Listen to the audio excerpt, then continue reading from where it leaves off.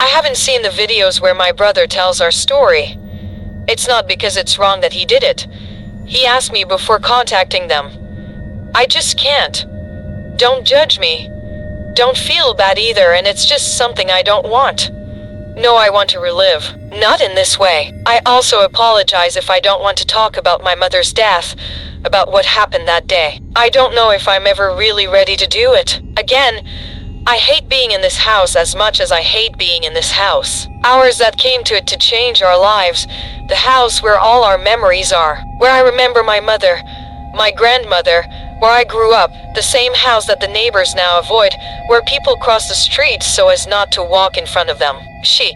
No one visits us anymore. No one likes to be in a house where you can hear footsteps, where there is a voice that laughs at you if for some reason you find yourself alone at some point, in the downstairs bathroom where visitors came in. You can constantly hear a woman breathing. Since what happened with my uncle when the police came, some neighbors stopped talking to us, and I understand them. I would have done the same thing every time I returned from school and passed by my uncle's restaurant. He asked me if there is anyone at home. If I say no, don't let me come alone. He prepares me something to eat until my father comes by, or until my cousin arrives and joins me. My cousin and a friend of mine. Brother, his girlfriend, Mrs. Carmen, and the priest are the only people who dare to enter my house. I still talk to the father about what happened in my room from the first time he came. On that occasion, he dedicated himself. As I understood, he went to work crying all over the house, but when he returned, he concentrated on my room and prayed for a long time. At one point, he even called Mrs. Carmen to come in too. And a few minutes after starting the ritual, something started bothering him. According to what Mrs. Carmen told me, while the priest was praying on his knees next to the window, he heard something fall on the ceiling, and he was accustomed to hearing even worse things in the house. But whatever had fallen began to crawl. You could hear it, as if they were crawling along the ceiling until they reached a corner of the room above my closet. The priest where he was heard the door open slowly without stopping his prayer vault, but he couldn't see anything, even though he felt a gaze on his chest. That stuck to him from the darkness of the closet. I don't know if my brother mentioned it, but here these entities can only be seen out of the corner of the eye, and the reflections of the windows, and sometimes in the mirrors. Only my uncle was physically shown to him, and my brother, they saw them materialize in front of the father. Knowing this, he took my vertical mirror and placed it in the corner of the room right in front of the closet door, and continued his prayer facing him so he could observe what was happening in the darkness. He began to draw a figure as if approaching, preparing to leave. The minutes passed, and he thought that it could be his imagination playing a bad trick on him. He then placed himself in front of the window, opening it outward a few centimeters, enough for it to reflect directly towards him. The closet door. As soon as he placed it, he saw a huge fat woman with messy gray hair come out walking towards him, so fast that he didn't even have time to see her face clearly. That's when he spoke to Mrs. Carmen, and she was the one who told us everything that the father saw. The priest did not tell me that it was preferable that I go to sleep in my grandmother's room. That fat woman was present. She was the third to arrive. She does not go down to the first floor. We can recognize her steps heavy and her breathing deep.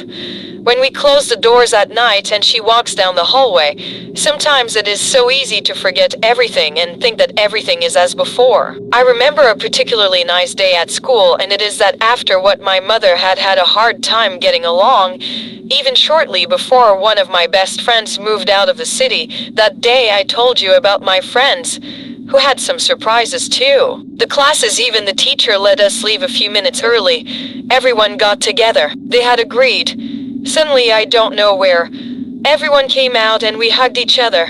We cried. Then we controlled ourselves. We laughed. We all went to eat together. I realized how beautiful my group of friends is and how much I was missing not living with them.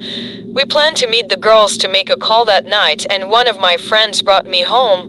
Meanwhile, he told me how much he cared about them. He told me how much he missed me and how it hurt him that I wasn't with them as before, and it gave me great pleasure. It gave me great pleasure to feel so loved and supported.